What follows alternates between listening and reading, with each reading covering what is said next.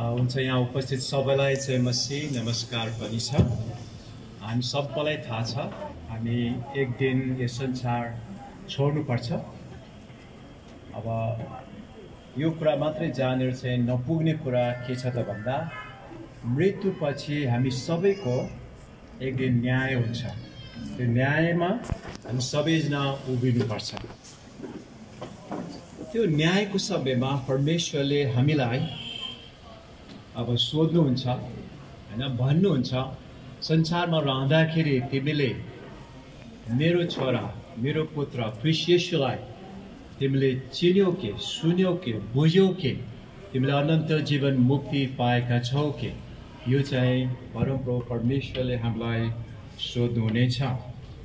त्योभन्दा अगाडि हामीले जान्नुपर्ने कुरा, साधारण कुरा म तपाईहरुसँग गर्न गइराखेको छु। परमेश्वरले संसारलाई, हामी मानिस जातिलाई यति धेरै प्रेम गर्नुभयो, उहाँले आफ्नो एकमात्र पुत्र ख्रीष्ट येशूलाई हामीहरूको निम्ति दिनुभयो। किन भन्दा हामी सबैले त्यो अनन्त जीवन पाओस् र परमेश्वरसँग सधैँ रहन पाओस्। यो परमेश्वरको ठुलो योजना थियो र छ पनि।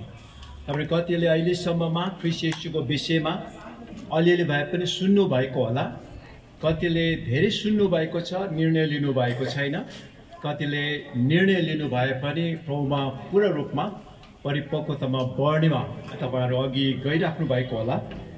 तर अहिले परमेश्वरको वचनबाट हामीले याद गर्दाखेरि परमेश्वरको प्रेम, परमेश्वरको अनुग्रह, परमेश्वरको कृपालाई हामी सबैले नै बुझ्नुपर्छ।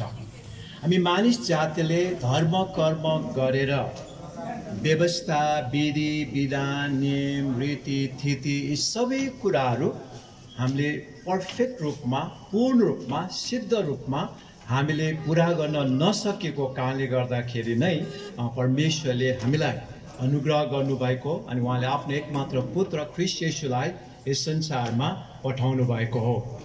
जो जतिले नम्रतामा आफ्नो भूल गति कमीलाई स्वीकार गरेर विश्वास गर्नुहुन्छ भने, कसैले विश्वास गर्छन् भने परमेश्वरको प्रतिज्ञा छ ती व्यक्तिहरू सबैलाई अनन्त जीवन दिने, पाप क्षमा दिने, मुक्ति दिने, यो उहाँको प्रतिज्ञा हो। कति मान्छेलाई लाग्न सक्छ म पापी, यस्तो पापी मानिसलाई पनि के उहाँले मलाई पनि बचाउनुहुन्छ र प्रेम गर्नुहुन्छ र भन्ने कुरा हामीलाई लाग्न सक्छ। तर खासमा चाहिँ हामीलाई उहाँले बचाउनलाई नै परमेश्वरले ख्रीष्ट येशूलाई पठाउनु भएको हो।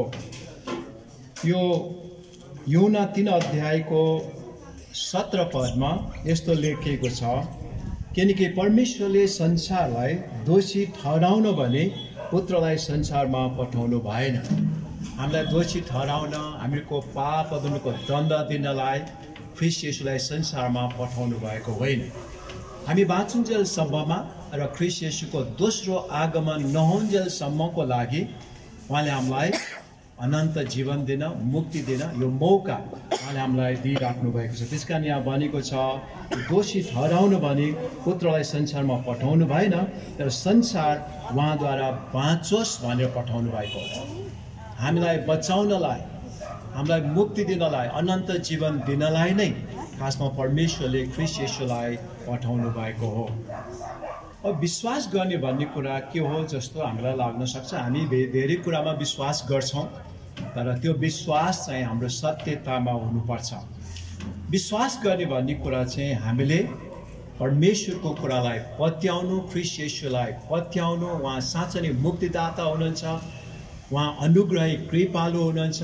यो कुरालाई जान र बुझेर हामीले मनमा स्वीकार गर्यौँ भने ख्रीष्ट येशू मेरो निम्ति आउनु भएको, ख्रीष्ट येशूले मलाई पापबाट छुटकारा दिनलाई उहाँ आफै बलिदान पनि हुनुभएको हो भन्ने कुरा हामी जब बुझ्छौँ र स्वीकार गर्छौँ भने त्यसलाई हामी विश्वास गरेको, ग्रहण गरेको भनेर भन्दछौँ अनि परमेश्वरले हामीलाई त्यो अनन्त जीवन, पाप क्षमा दिनुहुन्छ। यही यूहन्नाको 1 अध्यायको 12 पदमा यसरी लेखिएको छ, तर जतिले उहाँलाई ग्रहण गरे र उहाँको नाउँमाथि विश्वास गरे उहाँले तिनीहरूलाई परमेश्वरका सन्तान हुने हक अनि अधिकार दिनुभयो। येशू ख्रीष्टमा हामीले जानी नजानिकन धेरै डिटेल कुराहरू हामीलाई थाहा त नहोला, अनि त्यसको लागि त हामीले यो बाइबल यति धेरै छ, पातलो कागजमा छ, धेरै सानो सानो अक्षरमा छ, धेरै कुराहरू छ येशू ख्रीष्टको विषयमा। तर सारांशमा हामीले बुझ्नुपर्ने कुरा चाहिँ के हो त मुक्ति पाउनलाई भने येशू ख्रीष्ट मेरो पापको निम्ति कल्भरी क्रुसमा मर्नु भएको, मेरो निम्ति उहाँ बलिदान हुनुभएको, उहाँ तेस्रो दिनमा फेरि येशू ख्रीष्ट साँच्चै नै परमेश्वर हुनुहुन्छ, मुक्तिदाता हुनुहुन्छ भने प्रमाणको निम्ति दौडी उठ्नु भयो, मृत्युबाट जीवित हुनुभयो। त्यत्तिकै ग्याप भएर त्यत्तिकै अल्पिएर उहाँ जानु भएन, तर 40 दिन 40 रातसम्म उहाँ आफ्ना चेलाहरूसँग र अरू मानिसहरूसँग पनि उहाँ देखा पर्नुभयो। उहाँ परमेश्वर नै हुनुहुन्छ भने प्रमाण दिनुभयो। अनि उहाँ कहिले पनि मर्नु भएन फेरि, अनि उहाँ जिउँदै नै सबैले देख्ने गरी नै 40औं दिनमा उहाँ स्वर्गारोहण अथवा स्वर्गमा जानुभयो, उठाइलानु भयो। अनि चेलाहरू त्यहाँ हेरिराखेको बेलामा स्वर्गदूतहरू आएर चेलाहरूलाई भन्नुभएको कुरा छ, तिमीहरू के हेर्दैछौ माथिबाट? अनि अब येशू ख्रीष्टलाई हेरिराखेको त्यो व्यक्ति जो जसरी तिमीले देखिराखेको त्यसरी नै फेरि पनि तिमीहरूलाई लिनलाई आउनुहुन्छ। अब यो प्रतिज्ञा मात्रै, यो भविष्यवाणी मात्रै बाँकी छ, हामी सबैलाई लिनलाई उहाँ आउँदै हुनुहुन्छ। तर त्योभन्दा अगाडि हामी सबैजनाले प्रभु येशू ख्रीष्ट मुक्तिदाता हुनुहुन्छ, उद्धारकर्ता हुनुहुन्छ, हाम्रो पापको निम्ति उहाँ बलि हुनुभएको, यो कुरा चाहिँ हामीले बुझ्नुपर्छ र हाम्रो मनले स्वीकार गर्नुपर्छ, विश्वास गर्नुपर्छ। यूहन्नाकै 5 अध्यायको 24 पदमा यसरी भनेको छ, साँच्चै म तिमीहरूलाई भन्दछु, जसले मेरो वचन सुन्छ र मलाई पठाउनु हुनेमाथि विश्वास गर्छ त्यससित अनन्त जीवन छ र त्यो न्यायमा आउँदैन, तर मृत्युदेखि त्यसले जीवनमा प्रवेश गरेको छ। यहाँ भनिराखेको चाहिँ ख्रीष्ट येशूको वचन सुन्ने, उहाँको शिक्षालाई लिने अनि पालन गर्ने मान्छेलाई यहाँ भने अनुसार चाहिँ अनन्त जीवन मिल्छ, अनन्त जीवन पाउँछ। त्यो मान्छे न्यायमा उभिरहनु पर्दैन अरे, यसले कतिको असल गर्यो, यसले कतिको धर्म गर्यो भनेर त्यो न्यायको उसमा उभिरहनु पर्दैन। तर परमेश्वरले चाहिँ अलग्गै त्यो व्यक्तिलाई यहीँबाट नै परमेश्वरका जन ख्रीष्ट येशूमा विश्वास गर्ने परमेश्वरकै पुत्र पुत्री छोरा छोरी भनेर पनि सम्बोधन गर्नुभएको छ। हामीलाई अलग्गै उहाँले राख्नुहुन्छ। त्यस कारण त्यो चिन्तामा हामी बस्नु पर्दैन, मैले के गरेँ के गरेन होइन, ती कुराहरूको चिन्तामा हामी बस्नु पर्दैन। ख्रीष्ट येशूमा विश्वास गर्नेहरूलाई अहिलेबाट नै अनन्त जीवन उहाँले सुरु गरिसक्नु भएको छ। हाम्रो जीवनमा उहाँले अनन्त जीवन दिइसक्नु भएको छ। अहिले हाम्रो जुन चाहिँ हामी कुरा गरिरहेको छौँ मृत्युको कुराहरू, शरीर छोडेर जाने कुराहरू, यो शरीर चाहिँ खासमा टेम्पोररी केही समयको लागि यो संसारमा छौँ, यो छोडेरै जानुपर्छ अरे। किन भन्दा पहिलो कोरिन्थी 15 अध्यायको 50 पददेखि हामीले हेर्दाखेरि पाउलले त्यहाँ बुझाइराखेको कुरा छ, यो मासु र रगतको शरीर, पापपूर्ण शरीर, त्यो कहिले पनि नाश नहुने मात्रै रहने अनन्तको ठाउँमा हामी नाश हुने शरीरलाई लिएर जान सक्दैनौँ, जान पनि दिनुहुन्न अरे परमेश्वर। त्यसै कारणले गर्दाखेरि यो शरीर छोड्नु पर्ने अवस्था आएको हो। यहाँ पहिलो कोरिन्थी 15 अध्यायको म 50 पददेखि एकचोटि पढ्छु। यहाँ यसरी भनेको छ, मृत्युको विषयमा, संसार छोडेर जानेहरूको विषयमा मान्छेलाई चिन्ता नहोस् भनेर यस्तो प्रकारले बुझाएको छ। अब भाइ हो, म तिमीहरूलाई यो भन्दछु, मासु र रगत स्वर्गको राज्यको हकदार हुन सक्दैन, न त विनाश नै अविनाशको हकदार हुन सक्दछ। हेर, म तिमीलाई एउटा रहस्य भन्दछु, हामी सबै सुट्दैनौँ भनेको चाहिँ मर्दैनौँ, तर हामी सबैको परिवर्तन हुनेछ।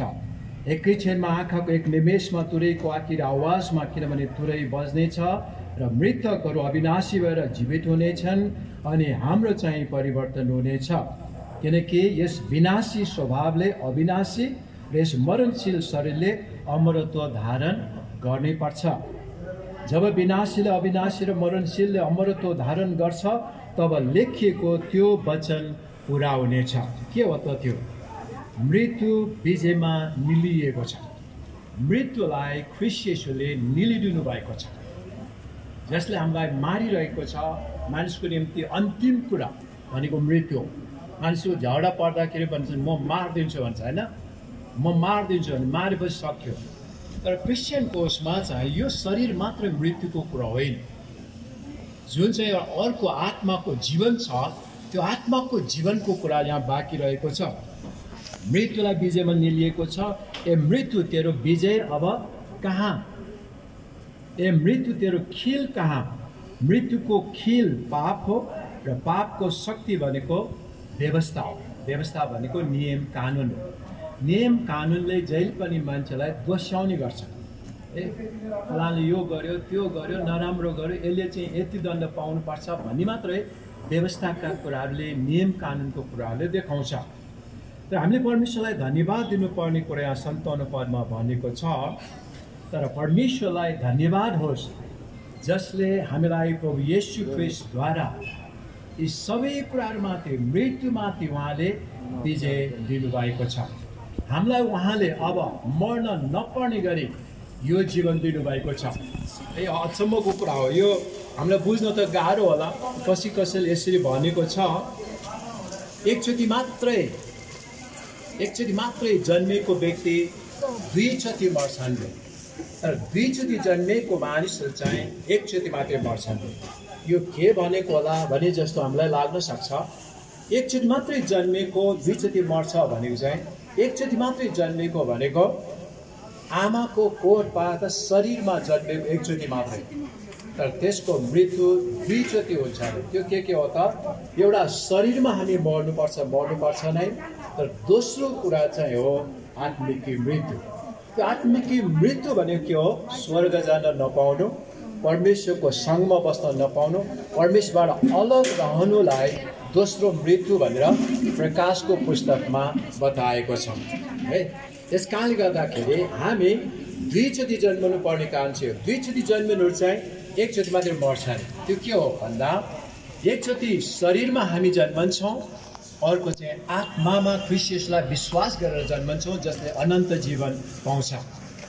अनि अनन्त जीवन पाउने व्यक्ति चाहिँ सधैँ परमेश्वरसँग रहन्छ, तर 1 चोटि मात्रै मर्छ। त्यो हो यो शरीर जुन चाहिँ पापपूर्ण शरीर छ, रगत र मासुको शरीर छ, यो चाहिँ हामी विनाशको शरीर भएको कारणले गर्दा स्वर्गमा हामी लान सक्दैनौँ। यही कारणले गर्दा हो। त्यस कारणले 1 चोटि जन्मेको 2 चोटि मर्ने, तर 2 चोटि जन्मेको चाहिँ 1 चोटि मात्रै मर्छ भन्नुको कारण चाहिँ त्यो हो। त्यस कारण ख्रीष्ट येशूमा विश्वास गरेका मानिसहरू अब 2 चोटि होइन, 1 चोटि मात्रै शरीर मात्र, यो नाशको शरीर यही छोड्ने, तर आत्मा परमेश्वरसँग नै सदाको लागि राख्ने काम परमेश्वरले प्रतिज्ञा दिनुभएको छ। हामी यस संसारमा बाँचिरहेकाहरूलाई सान्त्वनाको निम्ति यो थिस्सलुनीकीको पत्र, पहिलो पत्र 4 अध्यायमा यहाँ पाउलले नै हामीलाई यसरी बताइराखेको छ। यो पहिलो थिस्सलुनीकी 4 अध्यायमा यो हामीलाई सान्त्वनाको निम्ति यसरी पाउलले बताइराखेको छ। विश्वासी दाजुभाइ दिदीबहिनीहरू भन्नुपर्छ, यहाँ भाइ हो मात्रै भन्ने त त्यति बेला ब्रदरमेन भन्छ, तर दाजुभाइ दिदीबहिनीहरू हो। सुति गएकाहरूका विषयमा अब हामीले बुझ्ने भाषा हो भने चाहिँ मरेर गएका, शरीर छोडेर गएका व्यक्तिहरूको विषयमा होइन, तिमीहरू अजान बस भन्ने हामी इच्छा गर्दैनौँ।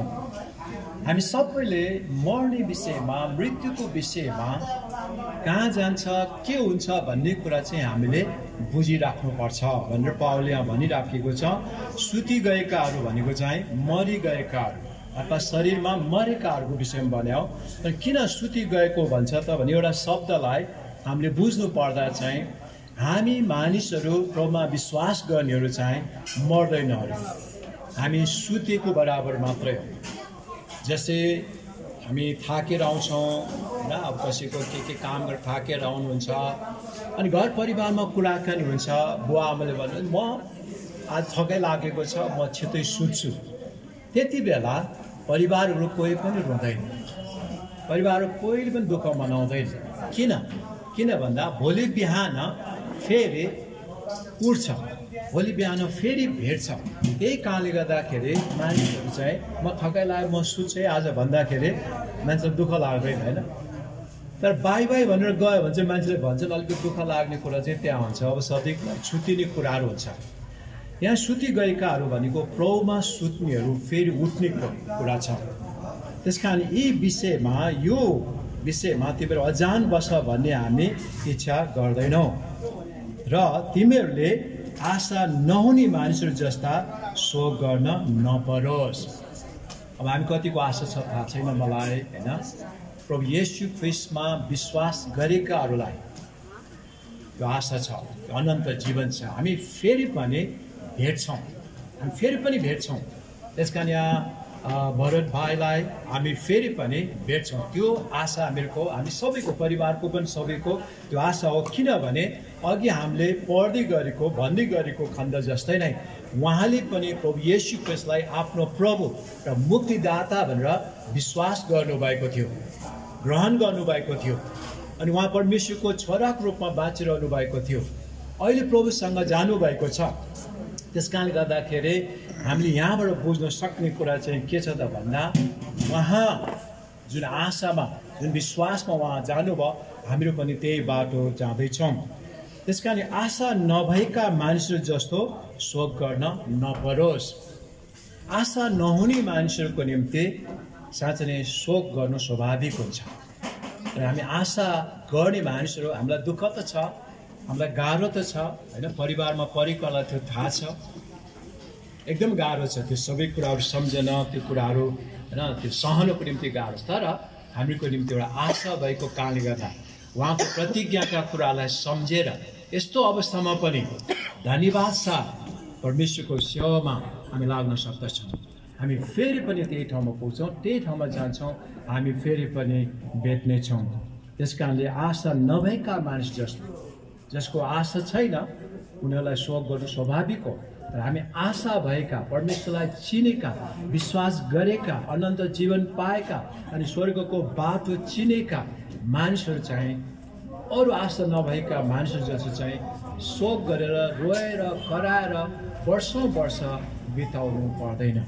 हामी उहाँमा आशा गर्ने मानिस, विश्वास गर्ने मानिसहरू चाहिँ फेरि हामी भेट्नेछौँ। यहाँ भनिरहेको छु किनकि हामी विश्वास गर्छौँ कि येशू मर्नुभयो र फेरि जी उठ्नुभयो। येशू प्रभु हाम्रो लागि बलिदान हुनुभयो, मर्नुभयो तर उहाँ फेरि जी उठ्नु भएको छ। त्यो एउटा बिउको रूपमा परमेश्वरले एउटा नमुनाको रूपमा ख्रीष्ट येशूलाई बौरी उठाउनु भएको छ। पहिलो कोरिन्थी 15 अध्याय तपाईँले पुरै 1 पददेखि पढ्दै जानुभयो भने येशू ख्रीष्टको पुनरुत्थानै हामीहरूको पुनरुत्थानको प्रमाण हो भनेर पावलले चाहिँ बहस गर्दै, आर्गुमेन्ट गर्दै, बुझाउँदै गइराखेको छ। यदि येशू ख्रीष्टको पुनरुत्थान नहुनु भएको भएदेखि चाहिँ हामीको पनि आशा हुने थिएन। र येशू ख्रीष्टको पुनरुत्थान भएको साँचो प्रमाणित भएको कारणले गर्दा आज हामीहरूको पनि त्यो पुनरुत्थान फेरि मृत्युबाट जी उठाउने कुरा प्रमाणित छ। है त्यो कुराहरू चाहिँ पहिलो कोरिन्थी 15 अध्यायमा पावलले नै बताउँदै गएको कुरा छ। यहाँ यही नै कुरा भनिराखेको छ कि हामी विश्वास गर्दछौँ कि येशू मर्नुभयो र फेरि जी उठ्नुभयो र त्यसरी नै परमेश्वरले उहाँमा सुति गएकाहरूलाई येशूद्वारा फेरि बौरी उठाउनु हुनेछ, फेरि ल्याउनु हुनेछ। मरेका मानिसहरू खासमा आत्मामा त अहिले तुरन्त नै परमेश्वरको साथमा नै हुने कुरा छ। तर यो शरीरलाई पनि उहाँले फेरि पुनरुत्थान दिएर देखाउने कुरा, उहाँले त्यो जीवन दिने कुरा चाहिँ प्रतिज्ञा गर्नुभएको छ। प्रभुको वचनद्वारा हामी तिमीलाई घोषणा गर्दछौँ कि हामी जो जीवित छौँ र प्रभुको पुनरागमनसम्म बाँचिरहन्छौँ सुति गएकालाई कुनै किसिमले पनि उछिन्ने छैनौँ। प्रभु येशू ख्रीष्टको आगमनसम्ममा, पुनरुत्थान दिने समयसम्ममा यस पृथ्वीमा हामी बाँचिरहेका छौँ भने पनि, ख्रीष्ट येशूलाई विश्वास गरेर बाँचिरहेका छौँ भने पनि परमेश्वरले हाम्रो शरीरलाई आँखाको एक निमेषमा, एक झिमकमा उहाँले हामीलाई परिवर्तन गर्नुहुन्छ। किनभने यो मासु र रगतको शरीरलाई लिएर हामी स्वर्ग जान सक्दैनौँ र पाउँदैनौँ। त्यही कारणले गर्दा यो नाश हुने शरीरलाई, यो विनाशको शरीरलाई अविनाशीमा, महिमित शरीरमा परिवर्तन गर्नु नै पर्छ र गर्नु नै पर्थ्यो भनौँ, अब पर्नेछौँ। यी कुराहरू यहाँ भनिराखेको छ है। उहाँको पुनरागमनमा कोही बाँचिरहेका छ भने चाहिँ सुति गएकाहरू, हामीभन्दा अगाडि नै प्रभु कहाँ गएका मानिसहरूलाई हामीले उछिन्ने छैनौँ अथवा हामी उनीहरूभन्दा अगाडि हुने छैनौँ। सबभन्दा पहिला परमेश्वरले प्रभुलाई विश्वास गरेर यो संसार छोडेर गएका, हामीभन्दा पहिला गएका मानिसहरूलाई उहाँले उठाउनुहुन्छ। त्यसपछि मात्रै हामी बाँचेकाहरूलाई पनि उहाँले परिवर्तन गर्नुहुन्छ अनि उहाँ सँगसँगै बादलमा हामी भेट्नेछौँ। हामीभन्दा अगाडि गएकाहरूलाई पनि भेट्नेछौँ। किनकि प्रभु स्वयं हुकुमको गर्जनसित, प्रधान स्वर्गदूतको आवाज र परमेश्वरका तुरहीको स्वरसित स्वर्गबाट वर्णन हुनेछ र ख्रिस्टमा मरेकाहरू चाहिँ पहिले भोरिनेछन्। तब हामी बाँचिरहेका र छोडिएकाहरू प्रभुलाई आकाशमा भेट्न तिनीहरूका साथसाथै बादलमा उठाइ लगिनेछौँ र यसरी हामी सधैँ प्रभुसँग रहनेछौँ। हामीलाई पनि उहाँलाई उठाउनुहुन्छ, त्यसपछि हामी सँगसँगै जानेछौँ भन्ने यहाँ कुरा गरिराखेको छ। सधैँ अनि हामी चाहिँ प्रभुसँग रहनेछौँ। यही कुराले यहाँ अन्तिममा भनेको छ 18 पदमा, यसै कारण एउटाले अर्कोलाई यी वचनहरूले सान्त्वना देऊ। यी वचनहरूले हामीले एक अर्कोलाई सान्त्वना दिनुपर्छ र हामी सान्त्वना पाउँछौँ। के हो त त्यो सान्त्वना? ख्रिस्ट येशूमा विश्वास गरेका मानिसहरू चाहिँ अनन्त जीवन पाएका मानिसहरू, मुक्ति पाएका मानिसहरू हुन् अनि हामी आशा भएका मानिसहरू हौँ। यसै कारणले गर्दा यही प्रतिज्ञाका वचनहरू हामीले अरूहरूलाई सान्त्वनाको रूपमा दिनुपर्छ। धेरै प्रतिज्ञाहरू छन् बाइबलमा। यी प्रतिज्ञाहरू हामीले सम्झना गर्नुपर्छ, हामीले सम्झना दिनुपर्छ। यसै कारणले गर्दाखेरि 5 अध्यायको 16, 17, 18 पदमा पावलले यही थिस्सलुनीकेको 5 अध्यायको 16, 17, 18 पदमा यसरी भनेको छ, सधैँ आनन्दित रहो अनि अर्को कुरा निरन्तर प्रार्थना गरिरहो, सबै परिस्थितिमा धन्यवाद देऊ किनकि ख्रिस्ट येशूमा तिमीहरूका लागि परमेश्वरको इच्छा यही हो। यस्तो समयमा हामीलाई आनन्द मनाउन गाह्रो हुन्छ। आँखामा आँसु छ तर पनि परमेश्वरको प्रतिज्ञाहरूलाई सम्झेर, परमेश्वरले दिनुहुने कुरालाई सम्झेर, भविष्यको आशालाई सम्झेर हामी आनन्दित हुन सक्दछौँ। कति मानिसहरू म उदाहरण दिने गर्छु, कहिलेकाहीँ गाडा घचिर्नेहरू, काम गर्नेहरू पसिनै पसिना भएर गाडा घचिरहेको हुन्छ। त्यहाँ रडहरू, सिमेन्टहरू, पाइनहरू के एकैचोटि नै पुर्याउन कोसिस गरेको छ, किनभने एकैचोटि उनीहरू पैसा पाउनेछ। 2000 रुपियाँ पाउँछ अथवा 1000 रुपियाँ पाउँछ अनि एक घन्टामै त्यति पाउँछ भने फेरि अर्को घन्टामा अर्को पनि काम गर्न पायो भने त मैले दिनकै 2000-3000 कमाउन सक्छु। त्यो आशालाई लिएर मानिसहरूले पसिनै पसिना भए तापनि, गाह्रो भए तापनि खुसीसँग, आनन्दसँग हाँसेर गाडी घचिरहेको हुन्छ, होइन? हामीलाई पनि अहिले संसारमा, समाजमा दुःख त होला, तर हाम्रो जुन आशा छ, अनन्त जीवन छ, हामी स्वर्गमा जाने, प्रभुलाई भेट्ने भएको कारणले गर्दाखेरि सबै दुःख कष्टहरूमा पनि हामी आनन्दित हुन सक्दछौँ। अनि हामी क्रिस्चियनहरूको लागि एउटा कुरा भनिराखेको चाहिँ निरन्तर प्रार्थनामा लागिरहनुपर्छ। निरन्तर लगातार रूपमा हामी प्रार्थनामा बस्नुपर्छ अनि सबै परिस्थिति अवस्थाहरूको लागि पनि, सबै परिस्थिति अवस्थाहरूमा पनि, गाह्रो, साह्रो, दुःख, कष्ट, यस्तै अवस्थामा पनि यहाँ भनेअनुसार चाहिँ परमेश्वरलाई धन्यवाद दिनुपर्छ। गाह्रो छ, होइन? रोमीको 8 अध्यायको 28 पदमा पनि भन्छ, सबै परिस्थिति अवस्थाहरू मिलाएर अब सबै कुरा खासमा, होइन, राम्रैको लागि, असलकै लागि, भलाइको लागि हुन्छ। तर यो के भलाइ भयो त, यो के असल भयो त भन्ने हामीलाई लाग्न सक्छ। तर परमेश्वरको दृष्टिकोणबाट चाहिँ, होइन, संसारमा दुःख, कष्ट, गाह्रो परिस्थिति अवस्थामा राख्नुभन्दा आफ्नो छोरालाई आनन्दको ठाउँमा राख्नु परमेश्वरको इच्छा भयो। अब हामीलाई त सँगै सधैँ भइराखेको भए राम्रै हुन्थ्यो भन्यो, तर त्यो परमेश्वरको आफ्नो इच्छा, चाहनामा आफ्नो छोराहरूको, होइन, व्यवहार, जीवन, सबै कुरालाई देखेर उहाँले काम गर्नु। त्यस कारण सबै परिस्थितिमा हामीले धन्यवाद दिने काम गर्नुपर्छ किनकि ख्रिस्ट येशूमा हामीहरूको लागि परमेश्वरको इच्छा नै यही छ। सबै परिस्थिति अवस्थामा पनि आनन्दित हुने, प्रार्थना गरिरहने अनि धन्यवाद दिएर बस्ने। क्रिस्चियन चरित्र, क्रिस्चियनहरूको स्वभाव एउटा यो दुःख कष्ट गाह्रो परिस्थिति अवस्थामा पनि जहिले पनि आनन्द मनाउने, प्रार्थना गरिरहने अनि धन्यवाद दिइराख्ने व्यक्तिहरू हामीहरू हुनुपर्दछ। अघि भनेपछि म अब एउटा हिब्रूको 9 अध्यायको एक खण्ड पढेर म अन्त गर्न गइराखेको छु। यहाँ भनिराखेको छ, जसरी मानिसहरूको निम्ति एकपटक मर्नु निश्चित छ र त्यसपछि इन्साफ निश्चित छ। मानिसको मृत्यु जसरी निश्चित छ, एक दिन जन्मेपछि मर्नै पर्छ, त्यस्तै प्रकार हामी सबैले बुझ्नुपर्ने एउटा कुरा चाहिँ के छ त भन्दा हामी सबैको न्याय पनि निश्चित छ। हामी सबैजना नै परमेश्वरको उपस्थितिमा हामी उभिनुपर्छ है। यो निश्चित छ। मान्छेले खाएसार लाएसार मरेपछि लम्पसार मलाई के मतलब र भन्ने कुरा त गर्छन्, तर जब साह्रै दुःख पर्छ, गाह्रो हुन्छ, त्यति बेला चाहिँ त्यहाँ कोही छ कि होइन, ईश्वर छ कि अनि मान्छेले परमेश्वरको विषय त्यति बेला मात्रै सोच्न थालेको सोचेको कुरा हामी पाउँदैछौँ। डाक्टरले पनि भन्छ आशा छैन, यताबाट पनि आशा छैन, अब केही गरेर पनि आशा छ। तिम्रो विश्वास र तिम्रो धर्म के छ त्यो अनुसार अब गर्न लैजाऊ भनेर डाक्टरहरूले पनि भनेको कुरा हामी पाउँछ। त्यति बेला चाहिँ अन्तिम शरण कहाँ हो भन्दा परमेश्वरमा मात्रै। हामी सबैको मृत्यु निश्चित भए जस्तै नै जन्मेपछि मर्नै पर्छ।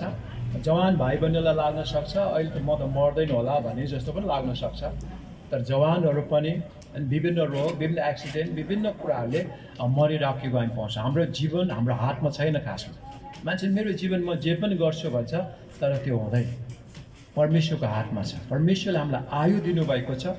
त्यो आयु एक दिन एक मिनट पनि हामी अगाडि पछाडि गर्न सक्दैनौँ। कति मान्छे कस्तो कस्तो भएर एक्सिडेन्ट भएर पनि बाँचिरहेको हुन्छ, कोही कोही मान्छे केही नभए पनि मरिरहेको हुन्छ। त्यो पनि अचम्मको कुरा हो। परमेश्वरले आयु राखिदिनु भएको छ, तर यो 5 नै हाम्रो न्याय हुन्छ भन्ने कुरालाई जानेर बुझेर 28 पदमा भन्दछ, त्यसै गरिकन त्यसरी नै ख्रीष्ट पनि धेरैजनाको पाप बोक्नलाई एकैपल्ट बलि हुनुभयो। हामी सबैलाई उद्धार गर्नलाई, मुक्ति दिनलाई उहाँ बलि हुनुभयो र उहाँ अब फेरि दोस्रो पल्ट आउनुहुनेछ। तर अब आउने कुरा चाहिँ पाप बोक्नको निम्ति, हामीलाई पाप क्षमा दिनको निम्ति हुने छैन। त्यो समय डरलाग्दो समय हुनेछ, न्यायको समय हुनेछ। त्यसकारण त्योभन्दा अगाडि नै उहाँ आउनुभन्दा अगाडि, अब दोस्रो आगमन हुनुभन्दा अगाडि नै यो अहिलेको जुन ग्रेस पिरियड छ, अनुग्रहको समय छ, कृपाको समय छ, दयाको समय छ, परमेश्वरले मौका दिइराख्नु भएको छ। यो मौकालाई हामी सबैले अङ्ग्रेजीमा भन्छ ग्र्याब गर्नुपर्छ, यसलाई समात्नुपर्छ, यो मौकालाई फाइदा लिनुपर्छ। त्यो के हो?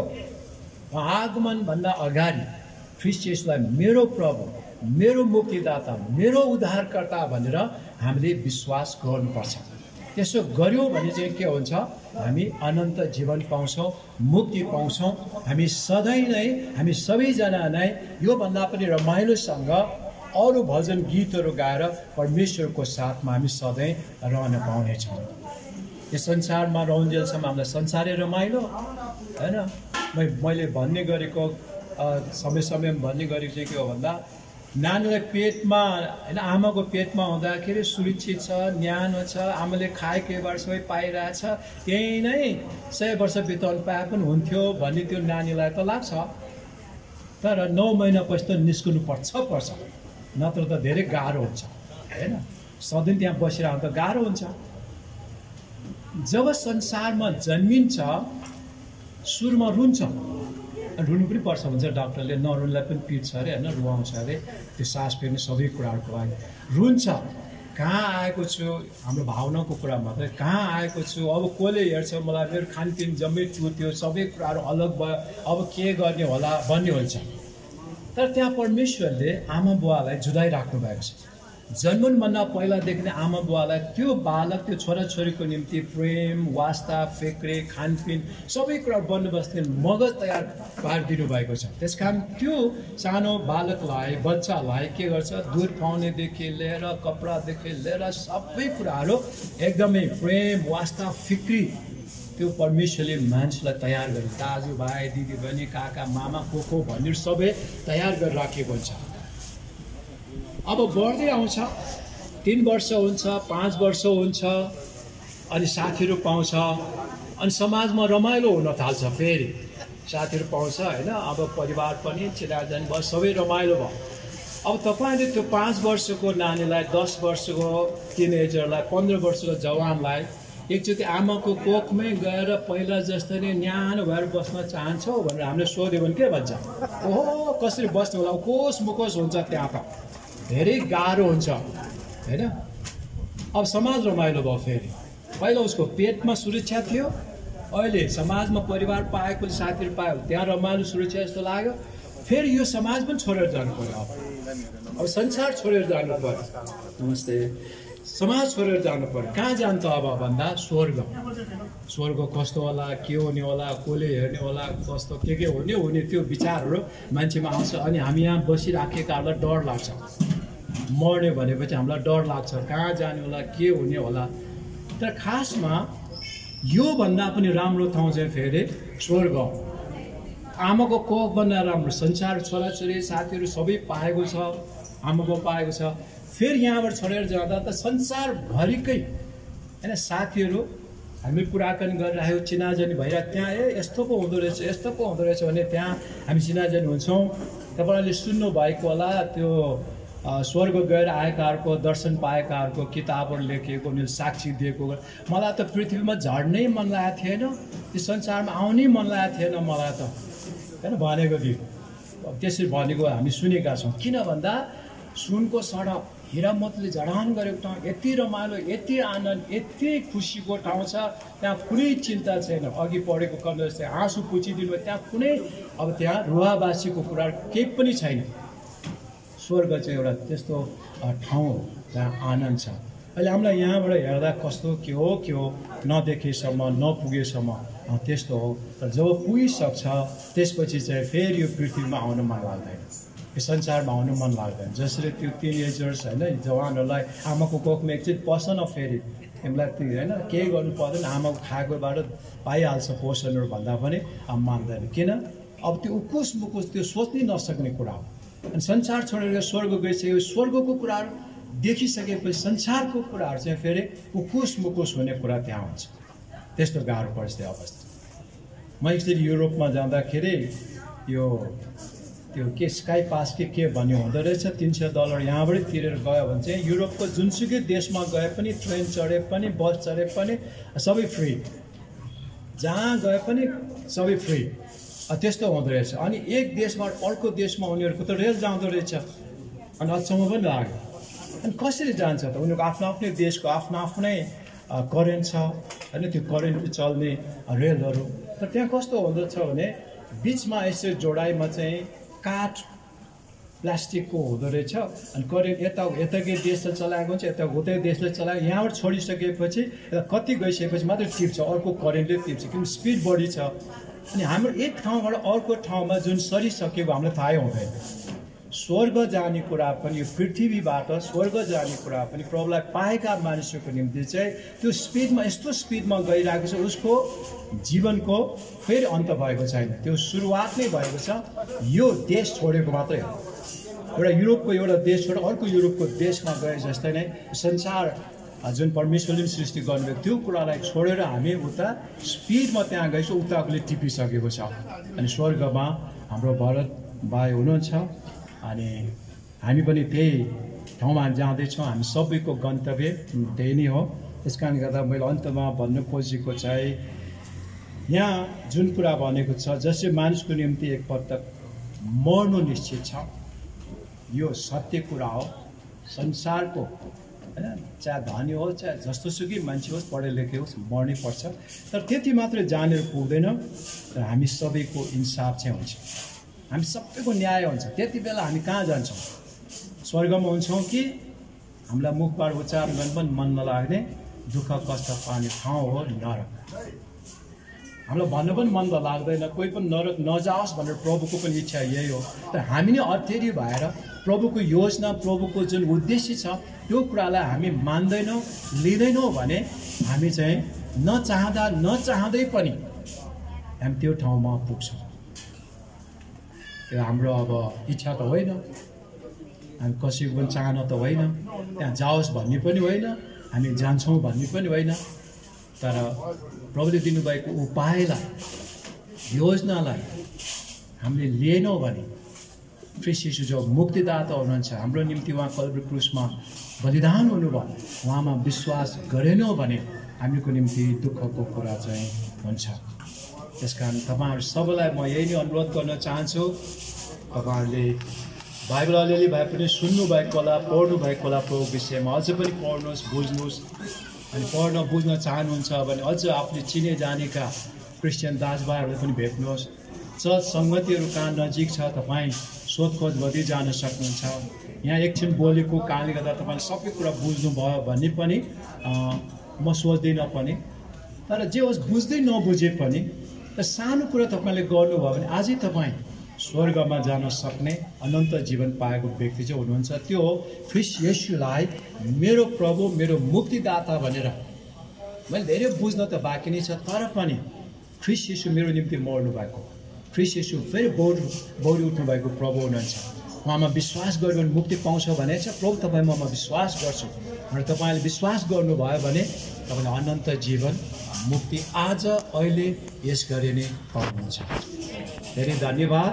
अनि यहाँ परिवार सबैलाई विशेष गरी समाज परिवार अनि यहाँ छोराछोरी बुहारीहरू होला, छोरीहरू होला, सबैलाई प्रभुले धेरै धेरै आशिष गर्नु देऊन्, सान्त्वना देऊन्। हामीको दुई शब्दले नपुग्ने हुन्छ, पवित्र आत्मा आफैले नै, ख्रीष्ट येशू आफैले नै उहाँले दिनुहुने शान्तिले उहाँलाई साँच्चै नै त्यो शान्तिले भरौँ, सान्त्वना देऊन्। हस्, धन्यवाद। जय मसीह।